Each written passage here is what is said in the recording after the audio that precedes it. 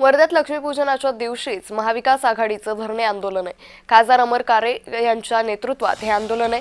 शेतकऱ्यांच्या विविध प्रश्नांसंदर्भात महाविकास आघाडी आक्रमक झालेली आहे।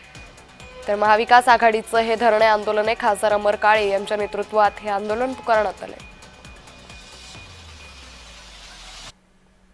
सर्वांना आपापल्या घरामध्ये राहायला पाहिजे, त्या रस्त्यावर येऊन आम्हाला या ठिकाणी बसावं लागतंय आणि ही सरकारने वेळ आमच्यावर आणलेली आहे। 1 वर्ष पूर्ण झालेलं आहे भारतीय जनता पक्षाच्या महाराष्ट्रात सरकारला।